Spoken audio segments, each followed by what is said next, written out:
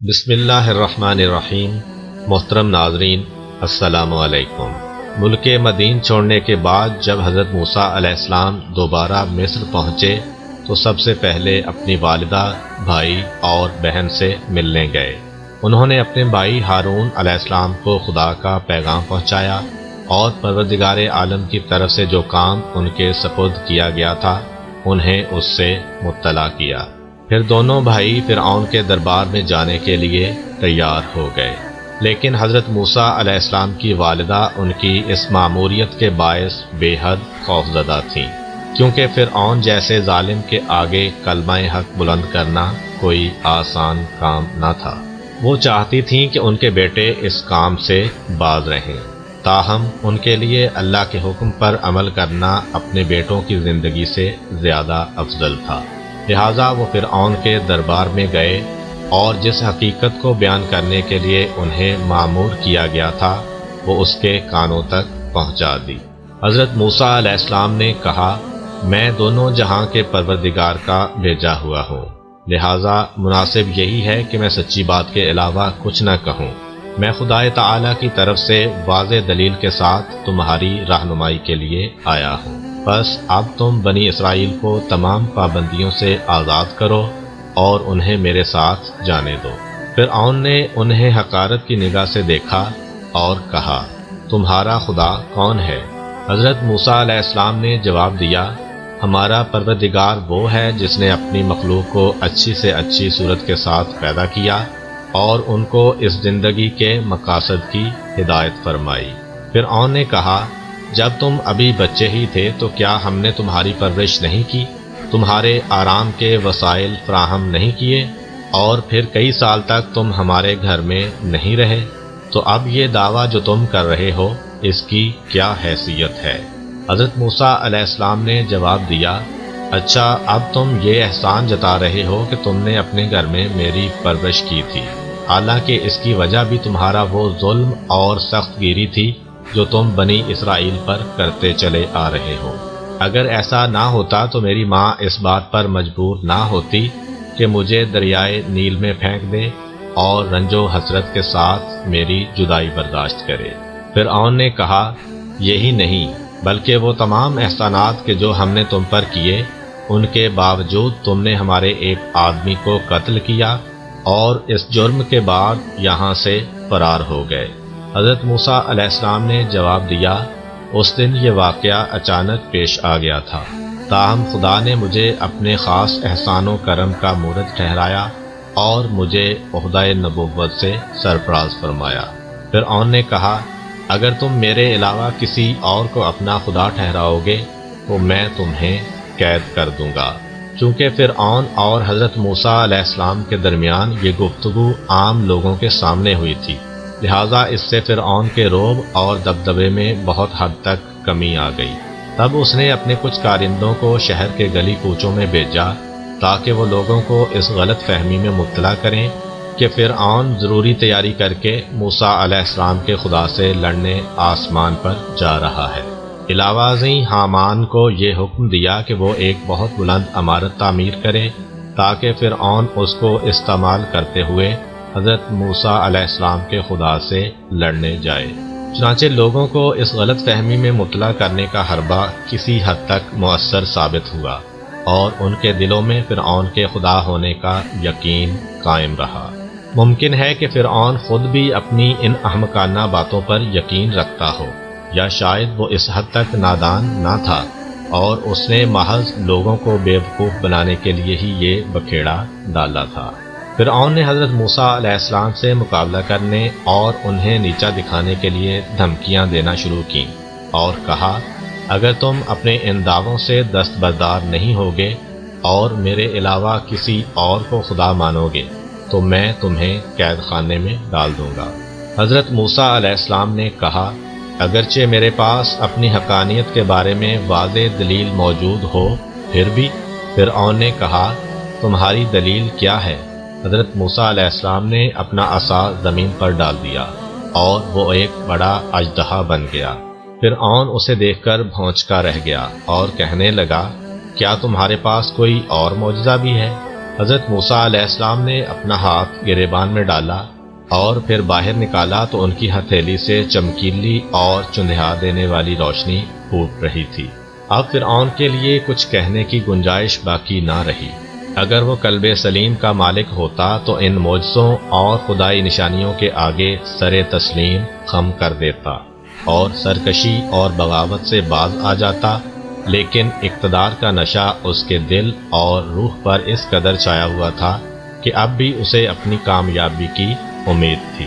اس نے حضرت موسیٰ علیہ السلام پر جادوگری اور شعبدہ بازی کی تہمت لگائی اور لوگوں سے کہا، موسیٰ اور ہارون دونوں بھائی بہت بڑے جادوگر ہیں، جو چاہتے ہیں کہ اپنے جادو کے زور سے تمہیں اس ملک سے نکال دیں۔ اب تم ہی بتاؤ کہ ہمیں ان کے ساتھ کیا سلوک کرنا چاہیے۔ فرعون کے درباریوں اور حمایتیوں نے کہا، آپ انہیں اپنے پاس روکے رکھیں اور مختلف شہروں میں اپنے کارندے بھیج دیں تاکہ وہ ماہر شعبدہ بازوں اور جادوگروں کو آپ کے پاس لے آئیں اور وہ حضرت موسیٰ علیہ السلام کا مقابلہ کریں۔ ان کی یہ تجویز فرعون کو بڑی پسند آئی اور اس نے حکم دیا کہ شعبدہ بازوں اور جادوگروں کو حاضر کیا جائے۔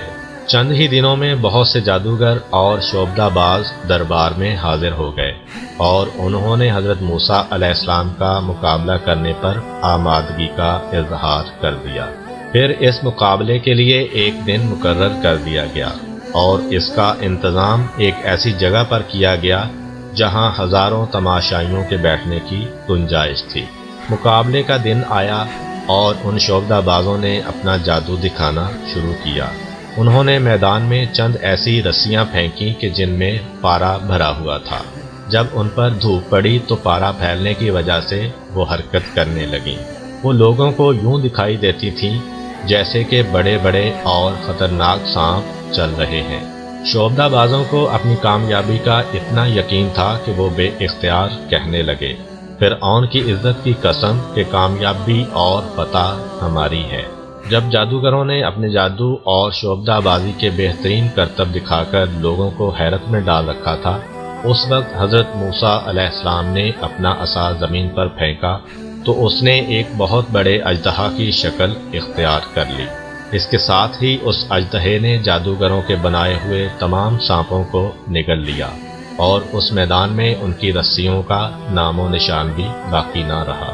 جب شعبدہ بازوں نے یہ دیکھا کہ ان کے عمل کا حضرت موسیٰ علیہ السلام کے عمل سے کوئی مقابلہ ہی نہیں ہے، نیز یہ کہ وہ جادو کے فن میں ماہر تھے اور سمجھ گئے کہ حضرت موسیٰ علیہ السلام کا عصا خدا کی جانب سے ایک معجزہ ہے اور انسان کا اس میں کوئی دخل نہیں ہے، لہٰذا وہ سب کے سب سجدے میں گر گئے اور کہنے لگے، ہم تو حضرت موسیٰ علیہ السلام اور ہارون علیہ السلام کے خدا پر ایمان لے آئے ہیں۔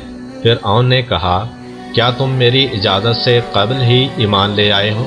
بے شک وہ تمہارا استاد اور سردار ہے جس نے تمہیں جادو سکھایا ہے۔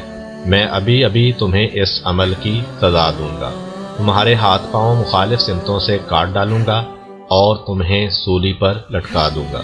انہوں نے جواب دیا، اس میں ہمارا کوئی نقصان نہیں، کیونکہ ہم خدا کی طرف لوٹ جائیں گے اور ہمیں امید ہے کہ وہ ہمارے گناہ بخش دے گا اور ہم پر رحمت فرمائے گا۔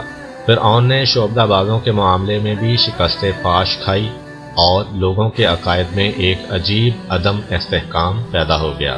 جب اس نے دیکھا کہ وہ حضرت موسیٰ علیہ السلام کے مقابلے میں ہار گیا ہے تو اس نے اپنے درباریوں کے مشورے سے حضرت موسیٰ علیہ السلام کو قتل کرا دینے کا فیصلہ کیا، لیکن اس سبب سے کہ ہر دور میں حق کے کچھ نہ کچھ حامی اور مددگار ضرور ہوتے ہیں۔ فرعون کی قوم کا ایک آدمی کہ جو اپنے ایمان کو پوشیدہ رکھے ہوئے تھا، وہ حضرت موسیٰ علیہ السلام کا دفاع کرنے کے لیے اٹھ کھڑا ہوا۔ اس نے بڑی سنجیدگی سے حضرت موسیٰ علیہ السلام کی طرفداری کی اور کہا، یہ قطعاً مناسب نہیں ہے کہ تم ایک شخص کو اس جرم کی بنا پر قتل کر دو کہ وہ خدا پرست ہے، جبکہ اس کے پاس اپنی سچائی کو ثابت کرنے کے لیے واضح دلائل بھی موجود ہیں۔ اگر تم سمجھتے ہو کہ اس نے جھوٹا دعویٰ کیا ہے تو اس میں تمہارا کوئی نقصان نہیں اور اس کا گناہ اس کی گردن پر ہوگا، لیکن اگر وہ سچ کہتا ہے تو تم پر خدا کا عذاب نازل ہوگا، نیز خدا بھی جھوٹے لوگوں کی ہدایت نہیں کرتا۔ فرعون کے برے ارادوں سے حضرت موسیٰ علیہ السلام کی سرگرمیوں میں کوئی کمی واقع نہ ہوئی اور انہوں نے تبلیغ کا کام پوری شد و مد سے جاری رکھا۔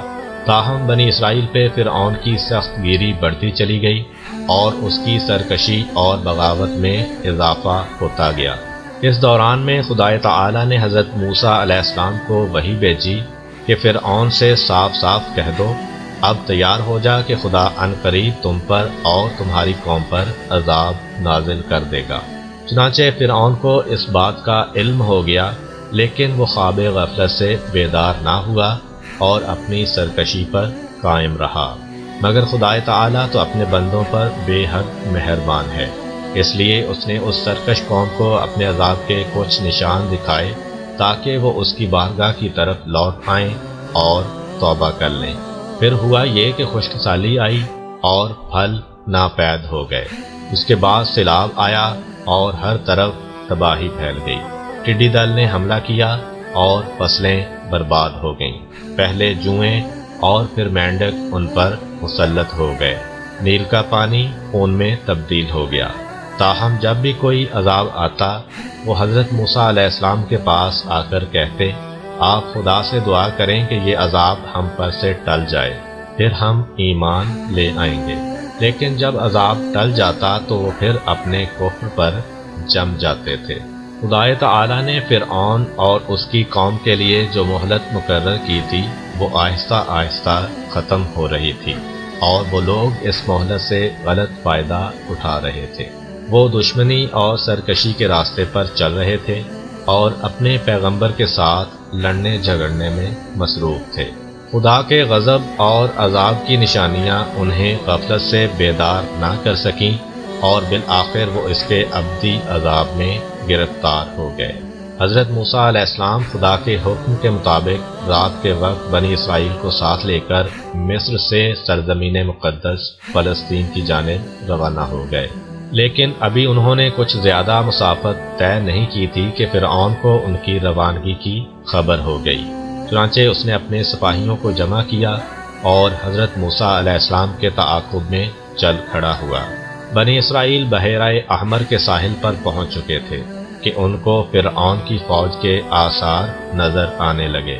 فوج کو آتے دیکھ کر انہیں اپنی ہلاکت کا یقین ہو گیا اور حضرت موسیٰ علیہ السلام سے کہنے لگے کیا ہوا تمہارا وہ وعدہ؟ اب فرعون آ پہنچا ہے اور ہم مصیبت میں پھنس گئے ہیں۔ حضرت موسیٰ علیہ السلام نے انہیں تسلی دی اور پھر خدا کے حکم کے مطابق اپنا عصا سمندر میں مارا جس سے سمندر کا پانی پھٹ گیا اور زمین نظر آنے لگی۔ حضرت موسیٰ علیہ السلام اور بنی اسرائیل سمندر میں داخل ہو گئے اور دوسرے کنارے پر پہنچ کر بخیریت باہر نکل گئے۔ اسی اثناء میں فرعون بھی سمندر کے ساحل پر آ پہنچا اور اس نے دیکھا کہ سمندر میں راستہ بنا ہوا ہے اور بنی اسرائیل اس کے دوسرے کنارے پر ہیں۔ وہ انہیں گرفتار کرنے کی دھن میں سمندر کے بیچوں بیچ اسی راستے پر ہو لیا۔ فرعون کے پیچھے پیچھے اس کے سپاہی بھی سمندر میں داخل ہو گئے۔ اسی اثناء میں سمندر کا پانی اللہ کے حکم سے آپس میں مل گیا اور فرعون اپنے لشکر سمیت پانی کی اندھی لہروں میں پھنس گیا۔ جب فرعون نے اپنے آپ کو ہلاکت میں مبتلا دیکھا اور عذاب الہی کا مشاہدہ کر لیا تو کہنے لگا میں گواہی دیتا ہوں کہ جس خدا کو موسیٰ و ہارون اور بنی اسرائیل مانتے ہیں اس کے علاوہ کوئی خدا نہیں ہے اور میں مسلمانوں میں سے ہوں۔ لیکن افسوس کہ وقت گزر چکا تھا اور اب اس کے ایمان لانے کا کوئی فائدہ نہ تھا، کیونکہ عذاب الہی کے نازل ہو جانے کے بعد ایمان لانا بے معنی ہوتا ہے۔ علاوہ ازیں یہ احتمال بھی ہے کہ فرعون حقیقتاً ایمان نہیں لایا تھا، بلکہ وہ چاہتا تھا کہ یہ جملہ ادا کر کے اپنے آپ کو بچا لے اور بعد میں کفر اور سرکشی اختیار کر لے، جیسا کہ پہلے بھی ایسا ہی ہوتا رہا تھا کہ جب کبھی عذاب نازل ہوتا تو فرعونی لوگ حضرت موسیٰ علیہ السلام سے کہتے ہم ایمان لے آئے کہ ہمیں اس عذاب سے رہائی مل جائے، لیکن جب عذاب ٹل جاتا تو وہ اپنے کفر پر دوبارہ جم جاتے۔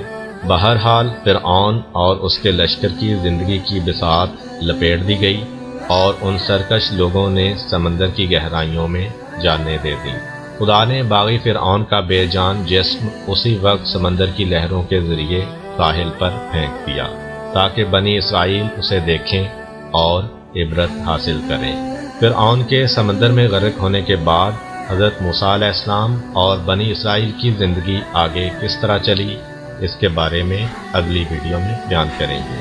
امید کرتا ہوں کہ آپ کو آج کی ویڈیو اچھی لگی ہوگی۔